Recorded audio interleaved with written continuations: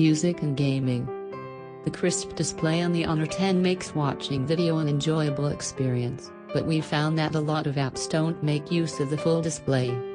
The notch doesn't get in the way of the action, but the areas of screen either side of the notch at the top of the display, or the side, depending on how you're holding it, are blacked out when you're watching video, so are effectively wasted.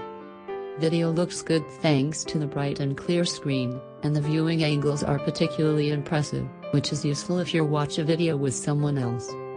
You can connect a Bluetooth headset to listen to audio, but a welcome feature of the Honor 10 is that there's still a 3.5mm headphone jack on the bottom of the phone. A lot of flagship devices are losing that tech now, but if you have a wired headset you'll be pleased to know that it'll work here without an adapter. There's a single speaker at the bottom of the phone, and that means it's quite easy to cover it when you're holding the device.